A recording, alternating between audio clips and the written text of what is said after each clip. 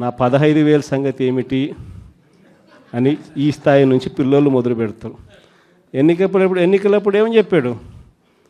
ఇంటింటికి పోయాడు, ఇంటింటికి కరపత్రాలు పంచినారు, ఇంటింటికి బాండ్లు అన్నాడు, ఇంటింటికి పోయి ఏం చెప్పినాడు? ఇంట్లో చిన్నపిల్లలు, మీ ఇదే పాలకొల్లు నుంచి వచ్చిన కార్పొరేటర్లకు అయితే ఇంకా బాగా చక్కగా తెలుసు. ఆ మంత్రి రామానాయుడు అనే ఆ మంత్రి, ఆయన మాట్లాడిన మాటలు వైరల్ అవుతూ ఉంటాయి. ఇప్పుడు ఈ రోజుకి కూడా సోషల్ మీడియాలో ఆయన మాట్లాడిన వీడియో టేపు. ఆయన ఏమన్నాడు? ఇంటింటికి ఆయన పోతాడు, ఆయనతో పాటు కార్యకర్తలు అందరినీ పంపించాడు. అక్కడ పోయినేమంటాడు? చిన్నపిల్లలు కనపడితే నీకు 15,000, నీకు 15,000, నీకు 15,000.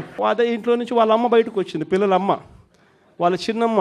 వీళ్ళు బయటకు వస్తే వాళ్ళని చూడగానే, వాళ్ళని చూసిన వెంటనే నీకు 18,000, నీకు 18,000, నీకు 18,000 అంటాడు.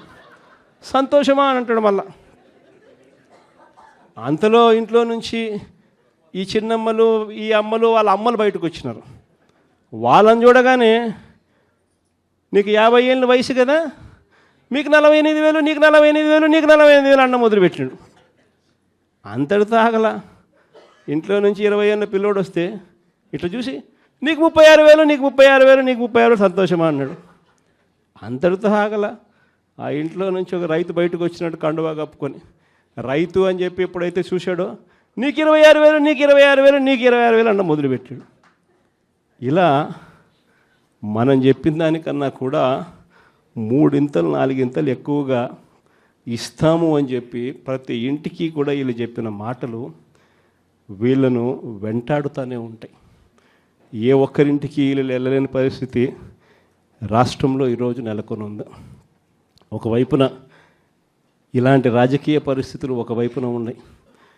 మాట మీద నిలబడని రాజకీయ నాయకుడు ఈరోజు రాష్ట్రంలో ముఖ్యమంత్రి హోదాలో ఉన్నాడు.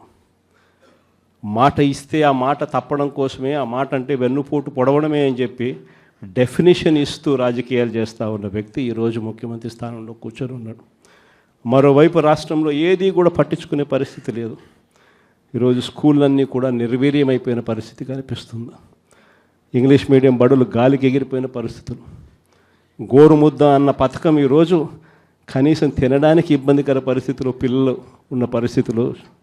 ఈరోజు ఆ పథకం వెళ్ళిపోయిన పరిస్థితి. నాడు నేడు పనులు ఆగిపోయిన పరిస్థితులు.